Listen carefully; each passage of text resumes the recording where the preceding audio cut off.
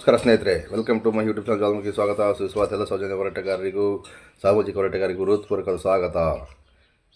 ಧರ್ಮಸ್ಥಳದ ಬಗ್ಗೆ ಸಂಪೂರ್ಣ ವಿವರ ಈ ವಿಡಿಯೋದಲ್ಲಿ ನಿಮಗೆ ಸಿಗುತ್ತೆ ಅಂತ ಕಡೆ ದಯವಿಟ್ಟು ವಿಡಿಯೋ ನೋಡಿ ಸಪೋರ್ಟ್ ಮಾಡಿ, ಸಬ್ಸ್ಕ್ರೈಬ್ ಮಾಡಿ, ಲೈಕ್ ಮಾಡಿ, ಕಮೆಂಟ್ ಮಾಡಿ ಹೇಳ್ತಾ ಈ ವಿಡಿಯೋನ ಹಾಕ್ತೀನಿ. ದಯವಿಟ್ಟು ನೋಡಿ. ನಮಸ್ಕಾರ. ನೋಡಿ, ಈಗಷ್ಟೇ ನಾವು ಬೆಂಗಳೂರಲ್ಲಿ ಭೂ ಸರಸ್ವತಿ ಅವರು ಮಾಡಿದಂಥ ಒಂದು ಕೊಂದವರು ಯಾರು ಆಂದೋಲನದ ಭಾಗವಾಗಿ ನಾಟಕವನ್ನು ನೋಡಿದ್ವಿ. ಅದರಲ್ಲಿ ಅವ್ರು ಪ್ರಮುಖವಾಗಿ ಹೇಳಿದ್ದು, ನಾವು ನಮ್ಮಲ್ಲಿ ಇನ್ನೂ ಜೀವ ಉಳ್ಕೊಂಡಿದೆ ಅಂದರೆ ಧರ್ಮಸ್ಥಳದಲ್ಲಿ ಅಸಹಜ ಸಾವುಗಳಿಗೆ ಮತ್ತು ಬೇರೆ ಬೇರೆ ಕೃತ್ಯಗಳಿಗೆ ಈಡಾದಂಥ ಮಹಿಳೆಯರಿಗೆ ಆ ರೀತಿ ಮಾಡಿದವ್ರು ಯಾರು ಅನ್ನೋ ಕನಿಷ್ಠ ಪಕ್ಷ ಆ ಪ್ರಶ್ನೆ ಹುಡ್ಕೋಬೇಕು ಅಂತ.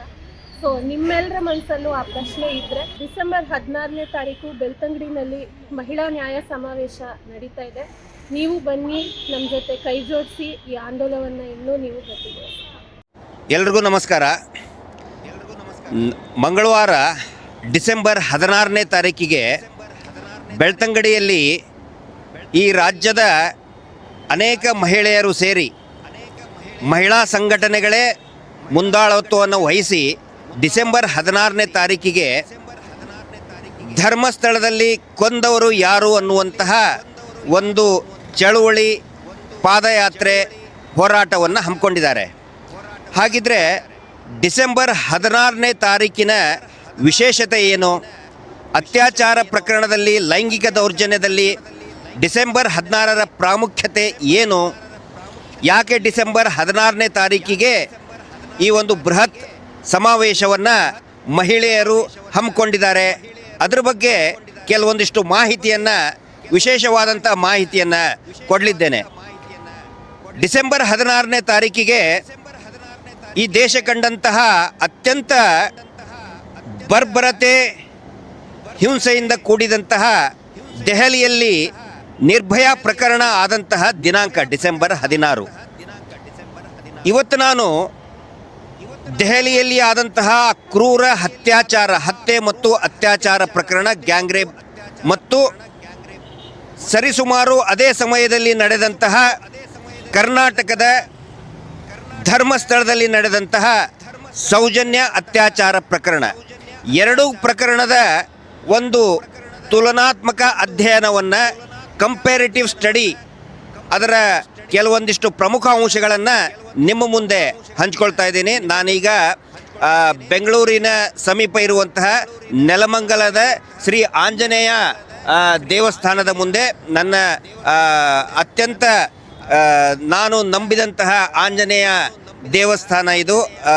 ನಿರಂತರವಾಗಿ ನಾವು, ನಮ್ಮ ಸೌಜನ್ಯ ಎಲ್ಲ ಹೋರಾಟಗಾರರು ಕೂಡ ಇಲ್ಲಿ ಭೇಟಿ ಕೊಟ್ಟು ದರ್ಶನ ಪಡೆಯುವಂತಹ ಒಂದು ತೀರ್ಥ ಕ್ಷೇತ್ರ ಇದು.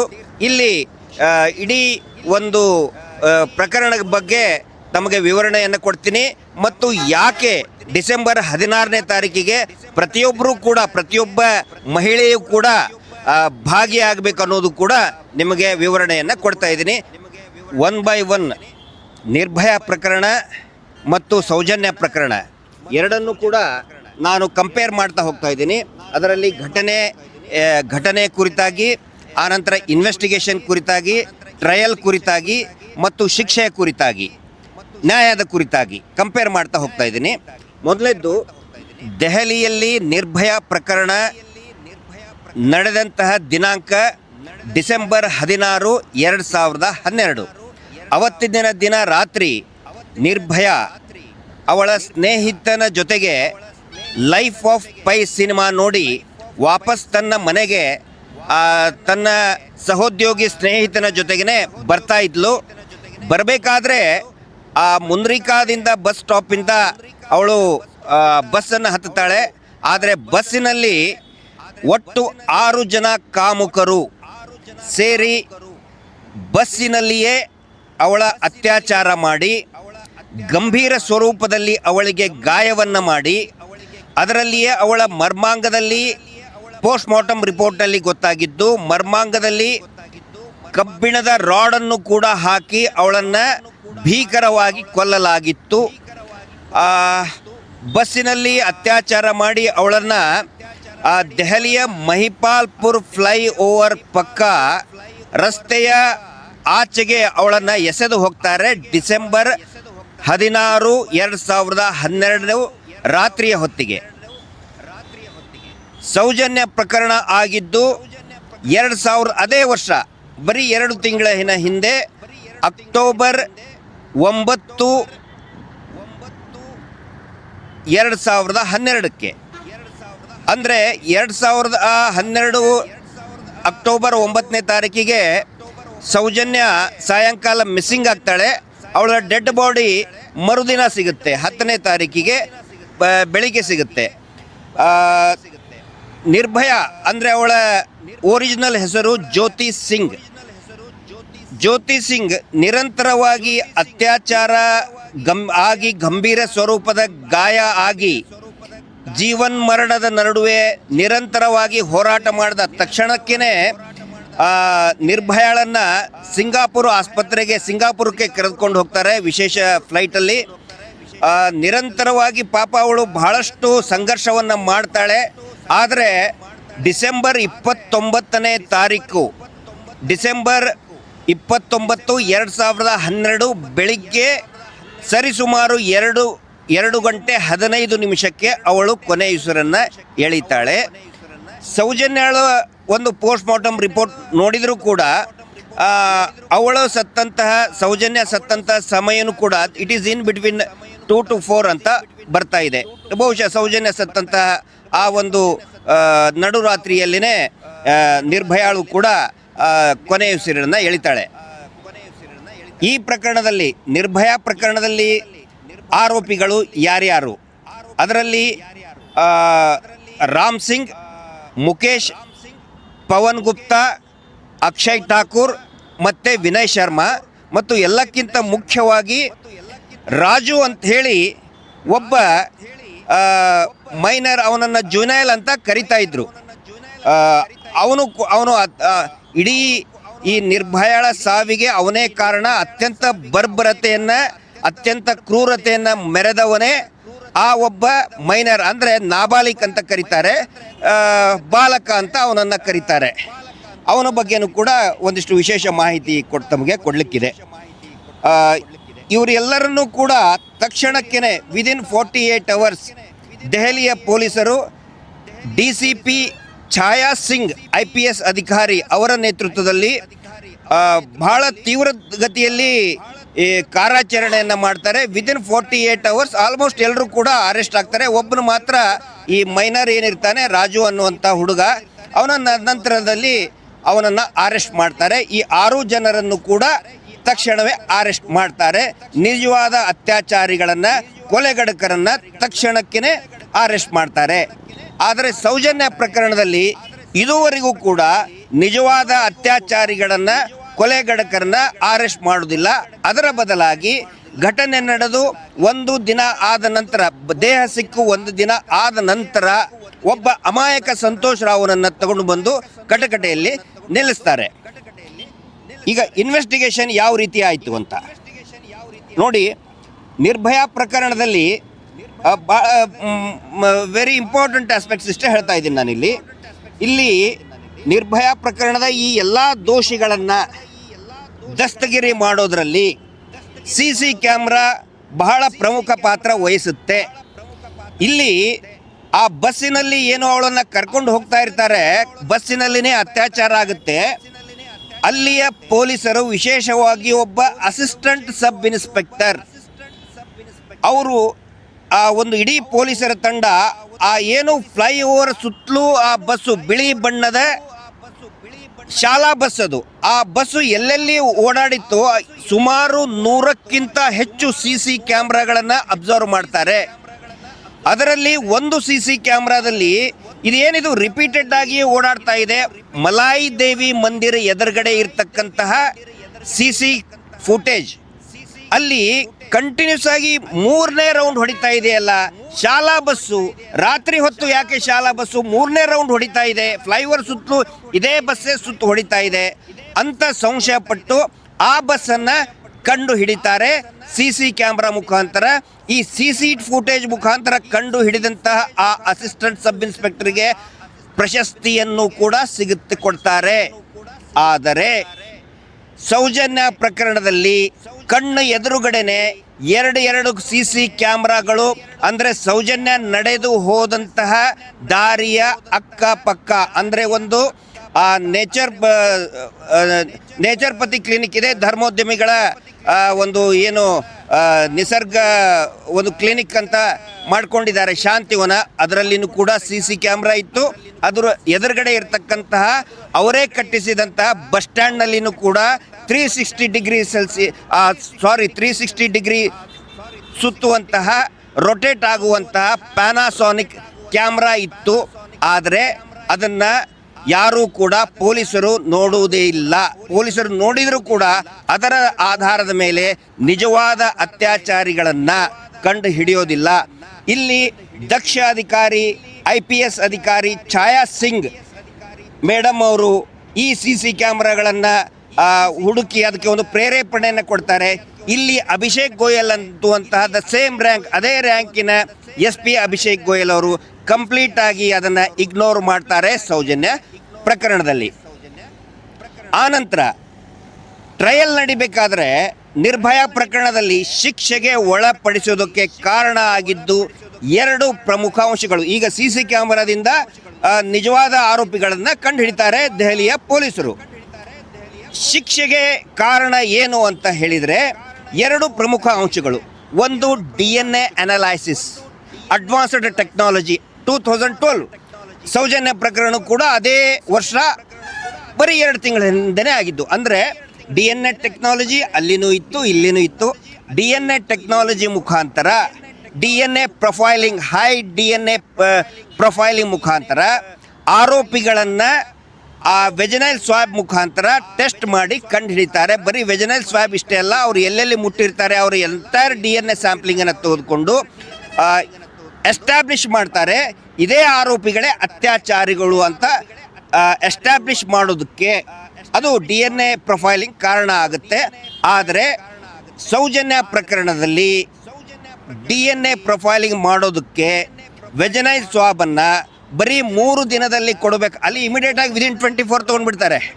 ಇಲ್ಲಿ 3 ದಿನದಲ್ಲಿ ಪಡೆಯಬೇಕಾಗಿದ್ದಂತಹ DNA ಪ್ರೊಫೈಲಿಂಗ್ನ ಸೋರ್ಸ್ ಆದಂತಹ ವೆಜನೈಲ್ ಸ್ವಾಬನ್ನು 13 ದಿನಗಳ ನಂತರ ಫಂಗಲ್ ಅಟ್ಯಾಕ್ ಆದ ನಂತರ ಬೇಕು ಅಂತಲೇ ಪೊಲೀಸ್ ಅಧಿಕಾರಿಗಳೇ ಅದನ್ನು ಹಾಳು ಮಾಡಿ 13 ದಿನ ಆದ ನಂತರ ಮಡಿವಾಳ FSL ಲ್ಯಾಬ್ಗೆ ಕಳಿಸ್ಕೊಡ್ತಾರೆ. ಇದರ ಉದ್ದೇಶ ನಿಜವಾದ ಅತ್ಯಾಚಾರಿಗಳನ್ನು ರಕ್ಷಣೆ ಮಾಡಬೇಕು ಅಂತೇಳಿ ಸೌಜನ್ಯ ಪ್ರಕರಣದಲ್ಲಿ ಆಗುತ್ತೆ. ನಿರ್ಭಯ ಪ್ರಕರಣದಲ್ಲಿ ವಿದಿನ್ 24 ಅವರ್ಸ್ ವೆಜನಲ್ ಸ್ವಾಬನ್ನು DNA ಲ್ಯಾಬಿಗೆ ಕಳಿಸ್ಕೊಡ್ತಾರೆ. ಇನ್ನೊಂದು ಪ್ರಮುಖ ಅಂಶ ನಿರ್ಭಯ ಪ್ರಕರಣದಲ್ಲಿ ಶಿಕ್ಷೆ ಆಗೋದಕ್ಕೆ ಕಾರಣ ಅಂತ ಹೇಳಿದರೆ ಆಡಂಟಾಲಜಿ ಅಂತ ಹೇಳಿದರೆ ಹಲ್ಲಿನ ಗುರುತುಗಳು. ವಿಕ್ಟಿಮ್ ಮೇಲೆ, ಗಾಯಾಳು ಮೇಲೆ, ಸಂತ್ರಸ್ತೆಯ ಮೇಲೆ ಅತ್ಯಾಚಾರಿಗಳು ಮಾಡಿದಂತಹ ಕಚ್ಚಿದಂತಹ ಹಲ್ಲಿನ ಗುರುತು, ಅದಕ್ಕೆ ಆಡಂಟಾಲಜಿ ಅಂತ ಕರೀತಾರೆ.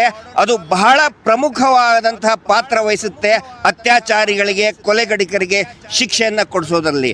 ಆದರೆ ಸೌಜನ್ಯ ಪ್ರಕರಣದಲ್ಲಿ ಸೌಜನ್ಯಾಳ ಎದೆಯ ಮೇಲೆ, ದೇಹದ ಮೇಲೆ ಕಚ್ಚಿದ ಗಾಯಗಳು, ಕಚ್ಚಿದ ಗುರುತುಗಳಿದ್ರೂ ಕೂಡ ಯಾವುದೇ ಆಡಂಟಾಲಜಿ ಪರೀಕ್ಷೆಯನ್ನು ಮಾಡೋದಿಲ್ಲ. ಅದನ್ನು ಕಂಪ್ಲೀಟ್ ಆಗಿ ನೆಗ್ಲೆಕ್ಟ್ ಮಾಡ್ತಾರೆ ಬೆಳ್ತಂಗಡಿಯ ಪೊಲೀಸರು, ಇಲ್ಲಿಯ CID ಅಧಿಕಾರಿಗಳು, ಧರ್ಮಸ್ಥಳ ಮಂಗಳೂರಿನ ಪೊಲೀಸರು ಕಂಪ್ಲೀಟ್ ಆಗಿ ಇಗ್ನೋರ್ ಮಾಡ್ತಾರೆ. ನೋಡಿ, 2 ಪ್ರಕರಣಗಳು ಕೂಡ ಅಂದಾಜು ಅದೇ ಒಂದೇ ಸಮಯದಲ್ಲಿ, ಒಂದೇ ವರ್ಷದಲ್ಲಿ ನಡೆದಿದ್ದು. ಆ ಟೆಕ್ನಾಲಜಿ ದೇಶದ ಎಲ್ಲ ಭಾಗಗಳಲ್ಲಿ ಕೂಡ ಇದ್ದರೂ ಕೂಡ ಕರ್ನಾಟಕದ ಪೊಲೀಸರು ಅದನ್ನು ನಿರ್ಲಕ್ಷ್ಯ ವಹಿಸ್ತಾರೆ. DNA ಟೆಕ್ನಾಲಜಿ ಮತ್ತು ಓಡಂಟಾಲಜಿಯನ್ನು ಸೌಜನ್ಯ ಪ್ರಕರಣದಲ್ಲಿ ನೆಗ್ಲೆಕ್ಟ್ ಮಾಡ್ತಾರೆ.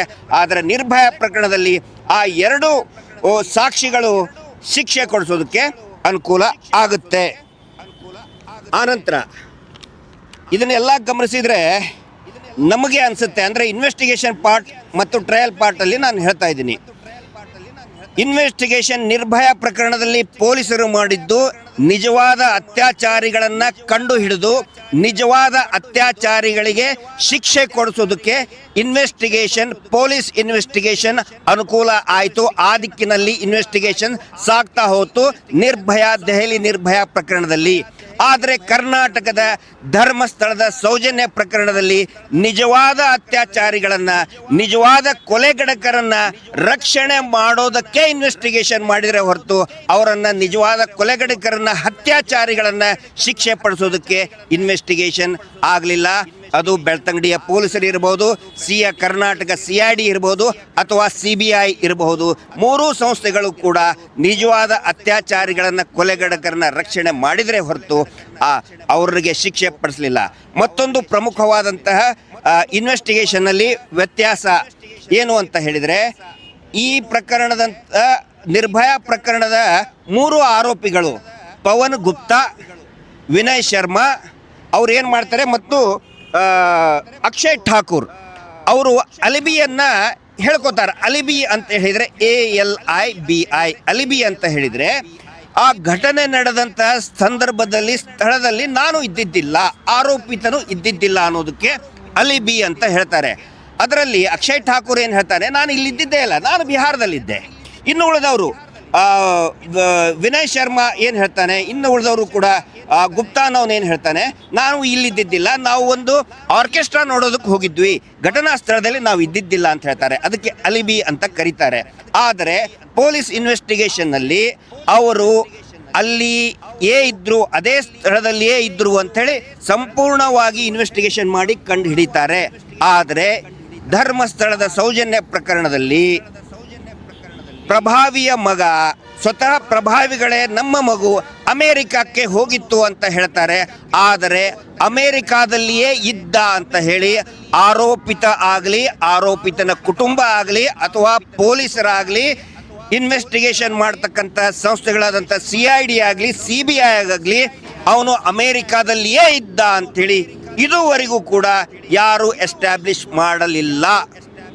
ಇದು ಒಂದು ಬಹುಮುಖ್ಯವಾದಂತಹ ವ್ಯತ್ಯಾಸ. ಅಂದರೆ ಒನ್ಸ್ ಅಗೇನ್ ಇಲ್ಲಿ ಪ್ರೂವ್ ಆಗುತ್ತೆ, ನಿಜವಾದ ಅತ್ಯಾಚಾರಿಗಳನ್ನು ರಕ್ಷಣೆ ಮಾಡೋದಕ್ಕೆ ಸೌಜನ್ಯ ಪ್ರಕರಣದಲ್ಲಿ ತನಿಖೆ ಆಗಿದೆ. ನಿರ್ಭಯ ಪ್ರಕರಣದಲ್ಲಿ ನಿಜವಾದ ಅತ್ಯಾಚಾರಿಗಳಿಗೆ ಶಿಕ್ಷೆ ಕೊಡೋದಕ್ಕೆ ಅವರು ಪ್ರಯತ್ನವನ್ನು ಪಟ್ಟಿದ್ದಾರೆ. ಇದರಲ್ಲಿ ನಾವು ಗಮನಿಸಬೇಕಾಗಿದ್ದು ಏನು ಅಂತ ಹೇಳಿದರೆ, ಇಬ್ಬರು ಬಹಳ ಪ್ರಮುಖ ಪಾತ್ರವನ್ನು ವಹಿಸ್ತಾರೆ. ಒಂದು IPS ಅಧಿಕಾರಿ ಛಾಯಾ ಸಿಂಗ್ ಅವರು ಒಂದು ಇಂಟರ್ವ್ಯೂನಲ್ಲಿ ಹೇಳ್ತಾರೆ, ಆ ನಿರ್ಭಯ ಜ್ಯೋತಿ ಸಿಂಗ್ ಅವಳ ವಯಸ್ಸು ಮತ್ತು ನನ್ನ ಮಗಳ ವಯಸ್ಸು ಆಲ್ಮೋಸ್ಟ್ ಸೇಮ್ ಇದೆ. ಯಾವತ್ತಿಗೂ ಕೂಡ ನಾನು ಜ್ಯೋತಿ ಸಿಂಗ್ ಅವಳ ಮೃತದೇಹ ನೋಡಿದಾಗ ನನ್ನ ಮಗಳ ನೆನಪಾಗುತ್ತೆ. ನನ್ನ ಮಗಳು ಪ್ರತಿದಿನ ಕೇಳ್ತಾ ಇದ್ದಾಳೆ, ಏನಾಯಿತು, ಶಿಕ್ಷೆ ಕೊಡಿಸ್ತಿರೋ ಇಲ್ಲೋ ಅಂಥೇಳಿ ಅಂತ ಛಾಯಾ ಸಿಂಗ್ ಹೇಳ್ತಾರೆ. ಅಂದರೆ ಅವಳು IPS ಅಧಿಕಾರಿ, ಮಹಿಳಾ ಅಧಿಕಾರಿಯ ಮಗಳೇ ಸ್ಫೂರ್ತಿಯಾಗಿರ್ತಾಳೆ. ಮತ್ತು ಇನ್ನೊಬ್ಬರು ಯಾರು ಅಂತ ಹೇಳಿದರೆ, ಈ ಮರಣ ದಂಡನೆಯನ್ನು ಕೊಟ್ಟಂತಹ ಜಡ್ಜ್ ASJ ಯೋಗೀಶ್ ಖನ್ನಾ ಸಾಹೇಬರು, ದೆಹಲಿ ನ್ಯಾಯಾಲಯದ ಯೋಗೀಶ್ ಖನ್ನಾ ಸಾಹೇಬರು ಅವರು ಕೂಡ ಹೇಳ್ತಾರೆ. 53 ವರ್ಷದ ಯೋಗೀಶ್ ಖನ್ನಾ ಸಾಹೇಬರು ಒಂದು ಕಡೆ ಹೇಳ್ಕೊತಾರೆ, ನನ್ನ ಮಗಳು ಕೂಡ ಲಾ ಪ್ರಾಕ್ಟೀಸ್ ಮಾಡ್ತಾ ಇದ್ದಾಳೆ, ನನ್ನ ಮಗಳ ವಯಸ್ಸು ಕೂಡ ನಿರ್ಭಯಾಳ ವಯಸ್ಸಿನಷ್ಟೇ ಇದೆ, ನನ್ನ ಮಗಳು ಕೂಡ ಕೇಳ್ತಾ ಇದ್ದಾಳೆ, ಅಪ್ಪ ಶಿಕ್ಷೆ ಕೊಡ್ತೀಯಾ ಇಲ್ಲ ನೀನು ಅಂತ ಕೇಳ್ತಾ ಇದ್ದಾಳೆ. ಅದರ ಸಲುವಾಗಿ ನಾನು ಇಷ್ಟೊಂದು ಇದನ್ನು ಸ್ಫೂರ್ತಿಯಾಗಿ ತಗೊಂಡು ನಾನು ನಿರ್ಧಾರವನ್ನು ತೆಗೆದುಕೊಂಡೆ, ಈ ಕಾಮುಕರಿಗೆ ಶಿಕ್ಷೆ ಆಗಲೇಬೇಕು ಅಂಥೇಳಿ ಯೋಗೀಶ್ ಖನ್ನಾ ಅವರು ಕೂಡ ಒಂದು ಮಾತನ್ನು ಹೇಳ್ತಾ ಇದ್ದಾರೆ. ವಿಪರ್ಯಾಸ ನೋಡಿ, ನಮ್ಮ ಕರ್ನಾಟಕದ ಅಧಿಕಾರಿಗಳಿಗೆ ಆಗಲಿ, ಆ ಸಂದರ್ಭದಲ್ಲಿ ಇದ್ದಂಥ ಜಡ್ಜ್ಗಳಿಗಾಗಲಿ ಸೌಜನ್ಯ ನನ್ನ ಮಗಳ ಥರ ಇದ್ದಾಳೆ ಅಂತ ಯಾರಿಗೂ ಅನಿಸೋದಿಲ್ಲ. ತನಿಖಾಧಿಕಾರಿಯಾದಂತಹ ಯೋಗೇಶ್ ಅವರು ಇರಬಹುದು, ಭಾಸ್ಕರ್ ರೈ ಇರಬಹುದು, ಆನಂತರ IPS ಅಧಿಕಾರಿ ತನಿಖೆ ಮಾಡಿದಂಥ CID ಅಧಿಕಾರಿಗಳಿರ್ಬೋದು, ಆನಂತರ ಇದನ್ನು ನೆಗ್ಲೆಕ್ಟ್ ಮಾಡಿದಂಥ ಜಡ್ಜಸ್ಗಳಿಗಿರ್ಬೋದು, ಯಾರಿಗೂ ಕೂಡ ಸೌಜನ್ಯ ಥರದ ಮಗಳು ಕೂಡ ನನ್ನ ಮನೆಯಲ್ಲಿದ್ದಾರೆ ಅಂತ ಯಾರಿಗೂ ಅನಿಸೋದಿಲ್ಲ. This is the biggest comparison. ಆಮೇಲೆ this is the biggest tragedy of Soujanya case ಅಂತ ಹೇಳ್ಬೋದು. ಹಾಗಿದ್ರೆ ಇದರಲ್ಲಿ ಶಿಕ್ಷೆ ಏನೇನಾಯಿತು ಅಂಥೇಳಿ, ಇದರಲ್ಲಿ ರಾಮ್ ಸಿಂಗ್ ಅನ್ನುವಂಥ ಅವನು ಒಬ್ಬ ಡ್ರೈವರ್ ಆಗಿದ್ದ, ಆ ಬಸ್ಸಿನ ಡ್ರೈವರ್ ಆಗಿದ್ದ. ಅವನು ಜೈಲಿನಲ್ಲಿನೇ ಆತ್ಮಹತ್ಯೆ ಮಾಡ್ಕೊಳ್ತಾನೆ, ನೇಣು ಬಿದ್ದುಕೊಂಡು ಸಾವಿಗೆ ಶರಣಾಗ್ತಾನೆ. ಅದ್ರ ಬಗ್ಗೆನೂ ಸಾಕಷ್ಟು ಊಹಾಪೋಹ ಇದ್ದು, ಕೊಲೆ ಆಯಿತು ಅದು ಇದು ಅಂಥೇಳಿ, ಬಟ್ ಯಾವುದು ಕೂಡ ಅದನ್ನು ಕನ್ಸಿಡರ್ ಮಾಡೋದಿಲ್ಲ. ಅವನಿಗೆ ಶಿಕ್ಷೆ ಆಯಿತು ಅಂತಲೇ ತಿಳ್ಕೊತಾರೆ. ಉಳಿದಂತಹ 4 ಜನರಿಗೆ, ಅದರಲ್ಲಿ ಮುಖೇಶ್, ಪವನ್ ಗುಪ್ತಾ, ಅಕ್ಷಯ್ ಠಾಕೂರ್ ಮತ್ತು ವಿನಯ್ ಶರ್ಮಾ, ಈ 4 ಜನರಿಗೆ ಜಡ್ಜ್ ಯೋಗೀಶ್ ಖನ್ನಾ ಸಾಹೇಬರು ಮರಣದಂಡನೆಯನ್ನು ವಿಧಿಸ್ತಾರೆ. ಅವರಿಗೆ ಗಲ್ಲು ಶಿಕ್ಷೆ ಆಗುತ್ತೆ.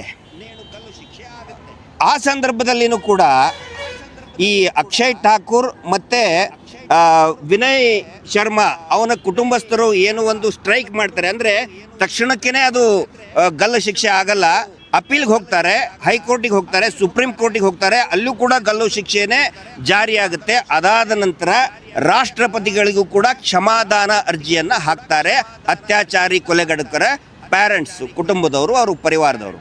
ಆವಾಗ ದೆಹಲಿಯಲ್ಲಿ ಇವರು ಒಂದು ಡ್ರಾಮಾ ಸ್ಟಾರ್ಟ್ ಮಾಡ್ತಾರೆ. ಏನಂತ ಹೇಳಿದರೆ, ಇವರಿಬ್ಬರು ಬ್ರಾಹ್ಮಣರ ಹತ್ಯೆ ಮಾಡಬಾರ್ದು, ಗಲ್ಲು ಶಿಕ್ಷೆ ಆಗಿದರೆ ಹತ್ಯೆ ಅಂತ ಆಗುತ್ತೆ. ರಾಷ್ಟ್ರಪತಿಗಳಿಗೆ ಅವಾಗ ರಮಾನಾಥ್ ಕೋವಿಂದ್ ಅವರು ರಾಷ್ಟ್ರಪತಿಗಳಿರ್ತಾರೆ. ನೋಡಿ, ನೀವು ಹಿಂದುಳಿದ ವರ್ಗದವರು, ನೀವು ಬ್ಯಾಕ್ವರ್ಡ್ ಕ್ಲಾಸ್ನವರು, ನೀವು ಗಲ್ಲು ಶಿಕ್ಷೆಯನ್ನು ಘೋಷಣೆ ಮಾಡಿಬಿಟ್ರೆ ರಾಷ್ಟ್ರಪತಿಗಳೇ, ನೀವು ಬ್ರಾಹ್ಮಣರ ಹತ್ಯಾ ದೋಷ ನಿಮಗೆ ಬರುತ್ತೆ ಅಂತೇಳಿ ಒಂದು ಸ್ಟ್ರೈಕ್ ಮಾಡ್ತಾರೆ, ಪ್ರೊಟೆಸ್ಟ್ ಮಾಡ್ತಾರೆ. ಅವ್ರ ಜೊತೆಗೆ ಒಂದಿಷ್ಟು ಪುರೋಹಿತರು ಸೇರಿಕೊಂಡು ಆ ನಾಟಕ ಮಾಡ್ತಾರೆ. ಈಗ ಮಾಡ್ತಾ ಇದ್ದಾರಲ್ಲ, ಧರ್ಮಸ್ಥಳದಲ್ಲಿ ಬಂದು ಒಂದಿಷ್ಟು ಜನ ಪುರೋಹಿತರನ್ನು ಕರೆಸಿ ನಮಗೆಲ್ಲ ಬಯಸ್ತಾ ಇದ್ದಾರಲ್ಲ, ಆ ಥರ ಆ ಡ್ರಾಮಾ ಅಲ್ಲೂ ಮಾಡ್ತಾರೆ. ಆದರೆ ರಾಷ್ಟ್ರಪತಿಗಳು ನಿರ್ಧಾರ ತಗೊಳ್ತಾರೆ, ಇದು ಯಾವ ಕಾರಣಕ್ಕೂ ಕೂಡ ನನ್ನ ನಿರ್ಧಾರವನ್ನು ನಾನು ಹಿಂದೆ ತೆಗೆದುಕೊಳ್ಳುವುದಿಲ್ಲ ಅಂತೇಳಿ ರಮಾನಾಥ್ ಕೋವಿಂದ್ ರಾಷ್ಟ್ರಪತಿಗಳು ಆ ದಿಟ್ಟ ನಿಲುವನ್ನು ತಗೊಳ್ತಾರೆ. ಹೀಗಾಗಿ ಆ 4 ಜನರಿಗೂ ಕೂಡ ಗಲ್ಲು ಶಿಕ್ಷೆ ಜಾರಿಯಾಗುತ್ತೆ. ಒಬ್ಬನು ರಾಮ್ ಸಿಂಗ್ ಜೈಲಿನಲ್ಲಿನೇ ಅವನು ಸತ್ತಿರ್ತಾನೆ. ಆನಂತರ ಇನ್ನೊಬ್ಬ ಆರೋಪಿ ಬಾಲಕ ಅಂತ ಏನು ಕರಿತಾ ಇದ್ದಾರೆ, ಮೈನರ್ ರಾಜು ಅಂತ, ಅವನು ಮುಸ್ಲಿಂ ಸಮುದಾಯದವನು. ಇಲ್ಲಿ ಏನಾಗುತ್ತೆ, ಈ ಸೌಜನ್ಯ ಪ್ರಕರಣ ಯಾವ ರೀತಿ ಜನಾಂದೋಲನ ಪಡೆದುಕೊಂಡಿದೆ ದೆಹಲಿಯಲ್ಲಿ ಕೂಡ ಮತ್ತು ಇಡೀ ರಾಷ್ಟ್ರಾದ್ಯಂತ, ನಿರ್ಭಯಾಳಿಗೆ ನ್ಯಾಯ ಸಿಗಬೇಕು ಅಂಥೇಳಿ ಒಂದು ಜನಾಂದೋಲನ ದೊಡ್ಡ ಮಟ್ಟದಲ್ಲಿ ಶುರು ಆಗುತ್ತೆ. ಆ ಜನಾಂದೋಲನ ಹಿಂದೂ ಮುಸ್ಲಿಂ ಅಂತ ಡಿವೈಡ್ ಆಗಿರೋದಿಲ್ಲ. ಅತ್ಯಾಚಾರ ಕೊಲೆ ಮಾಡಿದವರು ಎಲ್ಲ ಸಮುದಾಯದವರು, ಎಲ್ಲ ಧರ್ಮದವರು ಸೇರಿ ಅತ್ಯಾಚಾರ ಕೊಲೆ ಮಾಡಿರ್ತಾರೆ. ಹೀಗಾಗಿ ಹಿಂದೂ, ಮುಸಲ್ಮಾನರು, ಕ್ರಿಶ್ಚಿಯನ್ರು, ಎಲ್ಲರೂ, ಸಿಖ್ರು ಎಲ್ಲರೂ ಸೇರಿ ಜನಸಾಮಾನ್ಯರು ಹೋರಾಟವನ್ನು ಮಾಡಿರ್ತಾರೆ. ಆದರೆ ಅವನು ನಾಬಾಲಿಕ್ ಅಂತ ಹೇಳಿ ಅವನು ಅರೆಸ್ಟ್ ಆದರೂ ಕೂಡ 3 ವರ್ಷ ಅವನಿಗೆ ಜುವೆನೈಲ್ ಜಸ್ಟಿಸ್ ಬೋರ್ಡ್ನಲ್ಲಿ ಇಟ್ಟು ಅವನಿಗೆ ಬೇರೆ ಬೇರೆ ಟ್ರೈನಿಂಗ್ ಕೊಟ್ಟು ಅವನು ಬಿಡುಗಡೆ ಆಗ್ತಾನೆ. ದೆಹಲಿಯ ಸರ್ಕಾರ ಮತ್ತು ಇಡೀ ದೇಶದ ಇಂಟೆಲಿಜೆನ್ಸ್ ಡಿಪಾರ್ಟ್ಮೆಂಟ್ ಎಲ್ಲರೂ ಕೂಡ ಏನು ಒಂದು ತಪ್ಪು ಮಾಡ್ತಾರೆ, ಅದರಲ್ಲಿ ಅವನ ಗುರುತು ಸಾರ್ವಜನಿಕರಿಗೆ ಗೊತ್ತಾಗೋದಕ್ಕೆ ಬಿಡಲ್ಲ. ಯಾಕಂತ ಹೇಳಿದರೆ, ನಿರ್ಭಯ ಸಾಯೋದಕ್ಕೆ, ಆನಂತರ ನಿರ್ಭಯಳನ್ನು ಬಸ್ಸಿನಲ್ಲಿ ಹತ್ಸೋದಕ್ಕೂ ಕೂಡ ದೀದಿ ಬಸ್ಸಿಗೆ ನೀನು ಬಾ ಅಂತ ದೀದಿ ಅಂತ ಕರೆದಿರ್ತಾನೆ ಅವನು. ಅವಳಿಗೆ, ಯಾರಿಗೆ? ಜ್ಯೋತಿ ಸಿಂಗ್, ನಿರ್ಭಯಾಳಿಗೆ ಅವನೇ ಕುಂದಿಸಿರ್ತಾನೆ. ಮತ್ತು ಮರ್ಮಾಂಗದಲ್ಲಿ ರಾಡ್ ಹಾಕಿ ಅತ್ಯಂತ ಗಂಭೀರ ಗಾಯ ಮಾಡಿದವನು ಅದೇ ಹುಡುಗ, ಅವನೇ ಮಾಡಿದ್ದು. ಆದರೆ ಅವನಿಗೆ ಶಿಕ್ಷೆ ಆಗೋದಿಲ್ಲ. ಹೀಗಾಗಿ 4 ಜನರಿಗೆ ಗಲ್ಲು ಶಿಕ್ಷೆ ಆಗಿ ಒಬ್ಬನು ಸತ್ತು ಹೋದರೂ ಕೂಡ ಇವತ್ತಿಗೂ ಕೂಡ ನಿರ್ಭಯಾಳಿಗೂ ಕೂಡ ಸಂಪೂರ್ಣವಾದಂತಹ ನ್ಯಾಯ ಸಿಗಲಿಲ್ಲ. ಇದನ್ನು ನಿರ್ಭಯಾಳ ತಾಯಿಯಾದಂತಹ ಆಶಾದೇವಿಯವರು ಕೂಡ ಹೇಳಿದ್ದಾರೆ, ಆ ನಾಬಾಲಿಕನಿಗೆ ಶಿಕ್ಷೆ ಆಗದೆ ನನ್ನ ಮಗಳಿಗೆ ನ್ಯಾಯ ಸಿಕ್ಕಂಗೆ ಆಗೋದಿಲ್ಲ ಅಂಥೇಳಿ. ಆದರೆ ಈ ದೇಶದ ನ್ಯಾಯದ ವ್ಯವಸ್ಥೆ ಅವನು ಯಾರು ಅಂತ ಗೊತ್ತಾಗಕ್ಕೆ ಬಿಡಲಿಲ್ಲ. ಆದರೆ ಅವನ ಬಗ್ಗೆ ಸಂಪೂರ್ಣ ಮಾಹಿತಿ ನಮ್ಮ ಹತ್ರ ಇದೆ. ಸಮಯ ಸಂದರ್ಭ ಬಂದಾಗ ಸೌಜನ್ಯ ಹೋರಾಟದ ಜಯ ಸಿಕ್ಕ ತಕ್ಷಣವೇ ಆ ವ್ಯಕ್ತಿಯ ಗುರುತು ಪತ್ತೆಯ ಎಲ್ಲವನ್ನು ಕೂಡ ನಾನು ಸಾರ್ವಜನಿಕವಾಗಿ ಹೇಳ್ತಾ ಇದ್ದೇನೆ. ಸ್ವಲ್ಪ ದಿನ ತಾವೆಲ್ಲರೂ ಕೂಡ ಕಾಯಿರಿ. ಇದರಲ್ಲಿ ನೋಡಿ, ಇನ್ನೊಂದು ಬಹುಮುಖ್ಯವಾದಂತಹ ತುಲನೆ ಅಂತ ಹೇಳಿದರೆ, ನಿರ್ಭಯ ಪ್ರಕರಣದಲ್ಲಿ ಎಲ್ಲೂ ಕೂಡ ಯಾವುದೇ ದೇವಸ್ಥಾನ, ದೇವರು, ಧರ್ಮ ಹೋರಾಟಕ್ಕೆ ಅಡ್ಡಿಪಡಿಸಲಿಲ್ಲ. ನಿರ್ಭಯ ಪ್ರಕರಣದ ಆರೋಪಿಗಳು, ಅತ್ಯಾಚಾರಿಗಳು ಪ್ರಭಾವಿ ಮನೆತನದ ಮಕ್ಕಳಾಗಿರಲಿಲ್ಲ. ಆದರೆ ಸೌಜನ್ಯ ಪ್ರಕರಣದಲ್ಲಿ ಹೋರಾಟ ಮಾಡೋಕ್ಕೆ ಸ್ಟಾರ್ಟ್ ಮಾಡಿದರೆ, ಪ್ರಶ್ನೆಗಳನ್ನು ಮಾಡಿದರೆ, ಅತ್ಯಾಚಾರಿ ಕೊಲೆಗಡಕರು ಕೊಂದವರು ಯಾರು ಅಂತ ಪ್ರಶ್ನೆ ಮಾಡಿದರೆ ದೇವಸ್ಥಾನವನ್ನೇ ನಡುವೆ ತರ್ತಾ ಇದ್ದಾರೆ ಪ್ರಭಾವಿಗಳು. ನಿರ್ಭಯ ಪ್ರಕರಣದಲ್ಲಿ ಎಲ್ಲ ಮಾಧ್ಯಮಗಳು ಒಗ್ಗಟ್ಟಾಗಿ ನ್ಯಾಯ ಸಿಗಬೇಕು ಅಂತ ಆಗ್ರಹ ಮಾಡಿದ್ರು. ಆದರೆ ಕರ್ನಾಟಕದಲ್ಲಿ ಇಲ್ಲಿಯ ಮಾಧ್ಯಮಗಳು ಪ್ರಭಾವಿ ಅತ್ಯಾಚಾರಿ ಕೊಲೆಗಡ ಕುಟುಂಬಕ್ಕೆ ಸೋಲ್ಡ್ ಔಟ್ ಮಾರ್ಕೊಂಡು ಬಿಟ್ಟಿದ್ದಾರೆ. ಆದರೆ ದೈವಿ ಶಕ್ತಿಯಾಗಿ ಯೂಟ್ಯೂಬರ್ಗಳು ಮತ್ತು ಅನೇಕ ಸಾಮಾಜಿಕ ಜಾಲತಾಣದ ಜನಸಾಮಾನ್ಯರು ಈ ಹೋರಾಟದ ಶಕ್ತಿಯಾಗಿ ಯೂಟ್ಯೂಬರ್ಗಳು ಮತ್ತು ಸಾಮಾಜಿಕ ಜಾಲತಾಣ ಸೋಷಿಯಲ್ ಮೀಡಿಯಾ ಈ ಹೋರಾಟಕ್ಕೆ ಆಧಾರ ಸ್ತಂಭವಾಗಿ ನಿಂತ್ಕೊಂಡಿದೆ. ಆದರೆ ನಿರ್ಭಯ ಪ್ರಕರಣದಲ್ಲಿ ಯಾವ ರೀತಿ ಮೇನ್ ಸ್ಟ್ರೀಮ್ ಮೀಡಿಯಾಗಳು ಮುಂದೆ ಬಂದು ಮಾತಾಡಿದ್ದು, ಇಲ್ಲಿಯ ಮೇನ್ ಸ್ಟ್ರೀಮ್ ಮಾಧ್ಯಮಗಳು ಅತ್ಯಾಚಾರಿಗಳ ಮೀಡಿಯಾ ಅನ್ನೋದು ಅತ್ಯಾಚಾರಿಗಳ ಮೀಡಿಯೇಟರ್ ಆಗಿಬಿಟ್ಟು, ಹೀಗಾಗಿ ಅವತ್ತು ನಿರ್ಭಯ ಪ್ರಕರಣ ಇಡೀ ದೇಶ ಅಲ್ಲ ಇಡೀ ಜಗತ್ತನ್ನೇ ಒಂದು ಕ್ಷಣ ಬಡಿದೆಬ್ಬಿಸಿದು. ಆದರೆ ಇಲ್ಲಿಯ ಮಾಧ್ಯಮಗಳು ಸೌಜನ್ಯ ಪ್ರಕರಣವನ್ನು ಮೇಲೆ ಎದ್ದೇಳೋದಕ್ಕೆ ಬರಲಿಲ್ಲ, ನ್ಯಾಯದ ದಾರಿಯಲ್ಲಿ ತೆಗೆದುಕೊಂಡು ಹೋಗಲಿಲ್ಲ. ಯಾಕಂತ ಹೇಳಿದರೆ ಆಲ್ ಆರ್ ಸೋಲ್ಡ್ ಔಟ್ ಇವತ್ತಿಗೂ ಕೂಡ. ಆವಾಗ ಅರ್ನಬ್ ಗೋಸ್ವಾಮಿ ಅವರು ಟೈಮ್ಸ್ ನೌನ ಹಿರಿಯ ಆ್ಯಂಕರ್ ಆಗಿದ್ದರು, most popular and celebrated anchor ಆಗಿದ್ದರು. ನಿರ್ಭಯ ಪ್ರಕರಣದಲ್ಲಿ ಅತಿ ಹೆಚ್ಚು ಮಾತಾಡಿದರು. ಇವತ್ತು ಅದೇ ಅರ್ನಬ್ ಗೋಸ್ವಾಮಿ ಅವರ ಕನ್ನಡದ ಆರ್ ಕನ್ನಡ ಅನ್ನೋದು ರೋಲ್ ಕಾಲ್ ಚಾನಲ್ ಆಗಿದೆ. ಅತ್ಯಂತ ಕೆಟ್ಟದಾಗಿ ಅತ್ಯಾಚಾರಿಗಳ ಪರವಾಗಿ ಈ ಹೋರಾಟವನ್ನು ಬಿಂಬಿಸ್ತಾ ಇದ್ದಾರೆ. ಅತ್ಯಾಚಾರಿಗಳಿಂದ ದುಡ್ಡು ತಗೊಂಡು ಲಂಚ ತಗೊಂಡು ರಂಗಣ್ಣ ಅನ್ನುವಂಥ ಆ್ಯಂಟಿ ಪಬ್ಲಿಕ್ ರಂಗಣ್ಣ ಅನ್ನೋನು ಅತ್ಯಾಚಾರಿಗಳ ಲಂಚ ಹೊಡೆದು ಎಂಜಲು ತಿಂದು ಮಾತಾಡ್ತಾ ಇದ್ದಾರೆ. ರಾಕೇಶ್ ಶೆಟ್ಟಿ ಅಂತವನಂತರೂ ಕೂಡ ಗೊತ್ತಿದೆ ಎಲ್ರಿಗೂ, ದ ಮೋಸ್ಟ್ ಥರ್ಡ್ ಕ್ಲಾಸ್ ಒಬ್ಬ ಬ್ಲ್ಯಾಕ್ ಮೇಲರ್. ಅದೇ ರೀತಿ ಅಜಿತ್ ಜೈನ್ ಅನ್ನೋನು ಕೂಡ ತನ್ನದೇ ಧರ್ಮ ಅನ್ನೋ ಹೇಳಿ, ಇಲ್ಲಿ ಯಾರೂ ಧರ್ಮ ಜಾತಿ ನೋಡ್ತಾ ಇಲ್ಲ, ತನ್ನದೇ ಧರ್ಮ ಅಂತ ಹೇಳ್ಕೊಂಡು ಅತ್ಯಾಚಾರಿ ಕುಟುಂಬದ ಪರವಾಗಿ ಆ ಥರ ಒಂದು 2, 3, 4 ಚಾನೆಲ್ಗಳು ನಿಂತ್ಕೊಂಡಿದೆ. ಇದು ಸೌಜನ್ಯ ಪ್ರಕರಣದ ಅಷ್ಟೇ ಅಲ್ಲ, ಈ ರಾಜ್ಯದ ದುರ್ದೈವ. ನಿರ್ಭಯಾಳಿಗೆ ಇಂಡಿಯಾಸ್ ಡಾಟರ್ ಅಂತ ಕರೆದ್ರು. ಆದರೆ ಕರ್ನಾಟಕದ ಜನಸಾಮಾನ್ಯರು ಸೌಜನ್ಯಾಳಿಗೆ ನಮ್ಮ ಮನೆಯ ಮಗಳು, ನಿರ್ಭಯ ಭಾರತದ ಮಗಳು, ಆದರೆ ಸೌಜನ್ಯ ನಮ್ಮ ಪ್ರತಿಯೊಬ್ಬರ ಮನೆ ಮಗಳು ಅಂತ ಜನಸಾಮಾನ್ಯರು ಕರಿತಾ ಇದ್ದಾರೆ. ಸ್ನೇಹಿತರೆ, ಇದು ಬಹಳ ಅತ್ಯಂತ ಶಾರ್ಟ್ ಆಗಿ ಬ್ರೀಫ್ ಆಗಿ ಹೇಳಿದ್ದೀನಿ. ಇನ್ನೂ ಕೂಡ ಮಾತಾಡೋದು ಸಾಕಷ್ಟಿದೆ. ನಾನು ಕೇಳ್ಕೊಳ್ಳೋದು ಇಷ್ಟೇ, ಇಲ್ಲಿ 16ನೇ ತಾರೀಕಿಗೆ ಏನು ಒಂದು ಹೋರಾಟ ಮಹಿಳೆಯರೇ ಮುಂದಾಳತ್ವ ವಹಿಸಿ ಮಾಡ್ತಾ ಇದ್ದಾರೆ.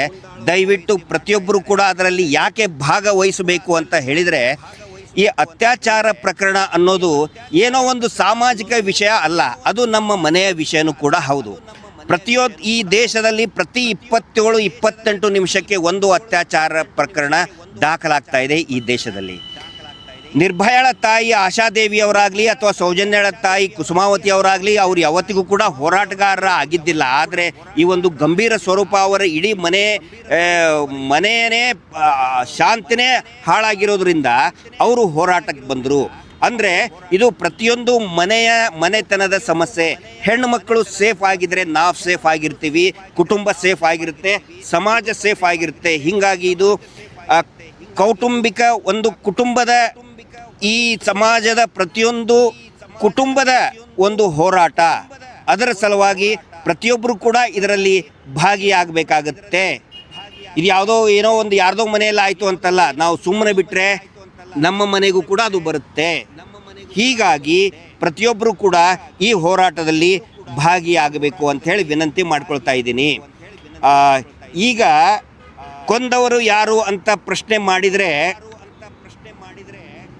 ಕೊಂದವರು ಏನು ಮಾಡ್ತಾ ಇದ್ದಾರೆ, ಕೊಂದವರ ವಿರುದ್ಧ ಕಂಪ್ಲೇಂಟ್ ಕೊಟ್ಟವರು ಯಾರು ಅಂಥೇಳಿ ಮೇನ್ ಸ್ಟ್ರೀಮ್ ಮೀಡಿಯಾ ಮುಖಾಂತರ, ಕೆಲವು ಸುಳ್ಳು ಸುದ್ದಿ ಹಬ್ಬಿಸುವಂಥ ಸೋಷಿಯಲ್ ಪೇಜ್ಗಳ ಮುಖಾಂತರ ಸುಳ್ಳು ಸುದ್ದಿಯನ್ನು ಹಬ್ಬಿಸ್ತಾ ಇದ್ದಾರೆ. ಇಲ್ಲಿ ಮಹಿಳೆಯರು ಕೊಂದವರು ಯಾರು ಅಂತ ಕೇಳ್ತಾ ಇದ್ದಾರೆ. ಕೊಂದವರು ಕಂಪ್ಲೇಂಟ್ ಕೊಟ್ಟವರು ಯಾರು, ಕಂಪ್ಲೇಂಟ್ ಕೊಟ್ಟವರೇ ಷಡ್ಯಂತ್ರಿಗಳು, ಕಂಪ್ಲೇಂಟ್ ಕೊಟ್ಟವರಿಗೆ ಶಿಕ್ಷೆ ಆಗಬೇಕು ಅಂತ ಅವ್ರು ಇದು ಮಾಡ್ತಾ ಇದ್ದಾರೆ.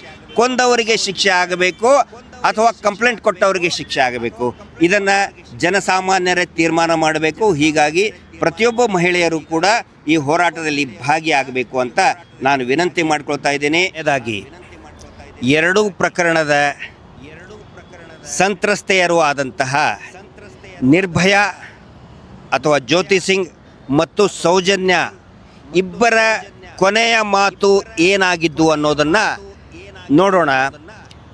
ನಿರ್ಭಯ ಆಸ್ಪತ್ರೆಯಲ್ಲಿ ಸಿಂಗಾಪುರ ಆಸ್ಪತ್ರೆಯಲ್ಲಿ ಇದ್ದಾಗ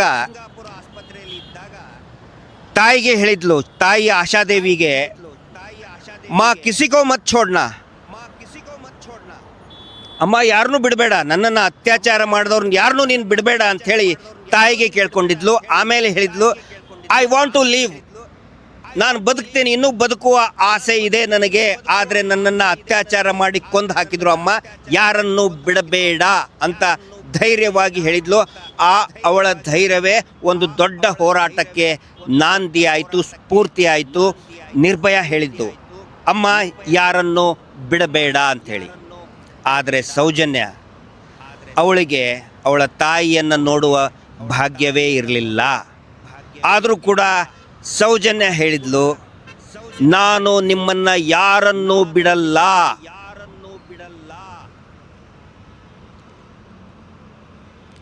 ಇದು ಸೌಜನ್ಯ ಹೇಳಿದ್ದು. ಅದರ ಸಲುವಾಗಿನೇ ಅವಳು ಯಾರನ್ನೂ ಬಿಡಬೇಡಿ ಅಂಥೇಳಿ ತಾಯಿಗೆ, ಜನ್ಮ ಕೊಟ್ಟಂತಹ ತಾಯಿಗೆ ಕೇಳಿಲ್ಲ. ಆದರೆ ಅವಳು ಹೇಳಿದ್ಲು, ನಾನು ನಿಮ್ಮನ್ನು ಯಾರನ್ನೂ ಬಿಡಲ್ಲ, ಎಲ್ಲರನ್ನೂ ಸರ್ವನಾಶ ಮಾಡ್ತೀನಿ ಅಂತ ಸೌಜನ್ಯ ಹೇಳಿ ಕೊನೆ ಉಸಿರು ಹೇಳಿದ್ಲು. ಅದಕ್ಕಾಗಿಯೇ ಈ ಸೌಜನ್ಯ ಹೋರಾಟ ಇಷ್ಟು ದೊಡ್ಡ ಮಟ್ಟದಲ್ಲಿ, ಈ ಸುಳ್ಳಿನ ಸಾಮ್ರಾಜ್ಯ, ಅತ್ಯಾಚಾರಿಗಳ ಸಾಮ್ರಾಜ್ಯ, ದೈತ್ಯರ ಸಾಮ್ರಾಜ್ಯವನ್ನು ಸರ್ವನಾಶ ಮಾಡೋದ್ರ ಸಲುವಾಗಿ ಈ ಹೋರಾಟ ಇಷ್ಟು ದೊಡ್ಡ ಮಟ್ಟದಲ್ಲಿ ಪ್ರಾರಂಭ ಆಗಿದೆ. ಇಲ್ಲಿ ಸೌಜನ್ಯ ಶಕ್ತಿ ಅನ್ನೋದು ದೈವಿ ಸ್ವರೂಪಿ ಅಷ್ಟೇ ಅಲ್ಲ, ಜನಸ್ವರೂಪಿಯಾಗಿ ಇವತ್ತು ಹೊರಹೊಮ್ತಾ ಇದೆ. ಜನಸಾಮಾನ್ಯರೇ ಸೌಜನ್ಯಾಳ ಶಕ್ತಿ. ಹೀಗಾಗಿ ಪ್ರತಿಯೊಬ್ಬ ಜನಸಾಮಾನ್ಯರು ಕೂಡ ಪ್ರಭಾವಿಗಳ ಜೊತೆಗೆ ನಿಂತ್ಕೊಳ್ತಾ ಇದ್ದಾರೆ. ಪ್ರಭಾವಿ ರಾಜಕಾರಣಿಗಳು, ಪ್ರಭಾವಿ ಮಾಧ್ಯಮದವರು, ಪ್ರಭಾವಿ ಉದ್ಯೋಗ ಬಿಸ್ನೆಸ್ ಮ್ಯಾನ್ಗಳು, ಪ್ರಭಾವಿ ಕುಟುಂಬ ಧರ್ಮಸ್ಥಳ ಪ್ರಭಾವಿ ಕುಟುಂಬದ ಜೊತೆಗೆ ನಿಂತ್ಕೊಳ್ತಾ ಇದ್ದಾರೆ. ಆದರೆ ಜನಸಾಮಾನ್ಯರು ಜನಸ್ವರೂಪಿಯಾಗಿ ಸೌಜನ್ಯ ಹೋರಾಟದಲ್ಲಿ ಭಾಗಿಯಾಗ್ತಾ ಇದ್ದಾರೆ, ಕಾಣಿಸ್ಕೊಳ್ತಾ ಇದ್ದಾರೆ. ಹೀಗಾಗಿ ಎಲ್ಲ ಜನಸಾಮಾನ್ಯರು ಕೂಡ, ಸಾಮಾನ್ಯ ಮಹಿಳೆಯರು ಕೂಡ ಈ ಹೋರಾಟದಲ್ಲಿ ಬನ್ನಿ ಅಂತ ನಾನು ವಿನಂತಿ ಮಾಡ್ಕೊಳ್ತಾ ಇದ್ದೇನೆ. ಜೊತೆಗೆ ಆರಾಧ್ಯ ದೈವ ಆಂಜನೇಯ ಸ್ವಾಮಿಯೂ ಕೂಡ ಈ ಹೋರಾಟಕ್ಕೆ ಹೆಚ್ಚಿನ ಶಕ್ತಿ, ಧೈರ್ಯ ಮತ್ತು ನ್ಯಾಯದ ಯಶಸ್ಸನ್ನು ಕೊಡಲಿ. ಮಹೇಶ್ ಶೆಟ್ಟಿ ತಿಮರೋಡಿ ಅವರು ಎತ್ತಿದಂಥ ಧ್ವನಿಗೆ ನ್ಯಾಯ ಸಿಗಲಿ. ಅನೇಕ ಹೆಣ್ಣು ಮಕ್ಕಳು, ಅನೇಕ ಸಂಘಟನೆಗಳು ಎತ್ತಿದಂಥ ಈ ಧ್ವನಿಗೆ ಆಂಜನೇಯ ಸ್ವಾಮಿಯೇ ಮತ್ತು ರಾಮನ ಭಕ್ತ ಮಹೇಶ್ ಶೆಟ್ಟಿ ತಿಮರೋಡಿ ಅವರು ಕೂಡ ಜೈ ಅನ್ನುವಂಥ ಘೋಷಣೆಯನ್ನು ಪ್ರಾರಂಭ ಮಾಡಿದ್ದು ದಕ್ಷಿಣ ಕನ್ನಡದಲ್ಲಿ ಮಹೇಶ್ ಶೆಟ್ಟಿ ತಿಮರೋಡಿ ಅವರು ಜೈ ಅನ್ನುವಂಥ ಘೋಷಣೆ. ಹೀಗಾಗಿ ಆಂಜನೇಯ ಸ್ವಾಮಿಯು ಕೂಡ ಇದಕ್ಕೆ ಒಂದು ಶಕ್ತಿಯನ್ನು ಕೊಡಲಿ. ಮನೋಜವಂ ಮಾರುತ ತುಲ್ಯ ವೇಗಂ ಜಿತೇಂದ್ರಿಯಂ ಬುದ್ಧಿಮತಾಂ ವರಿಷ್ಠಾಂ ವಾತಾತ್ಮಜಂ ವಾನರಯೂಧ ಮುಖ್ಯಂ ಶ್ರೀರಾಮದೂತಂ ಶಿರಸಾಂ ನಮಾಮಿ. Justice for Soujanya.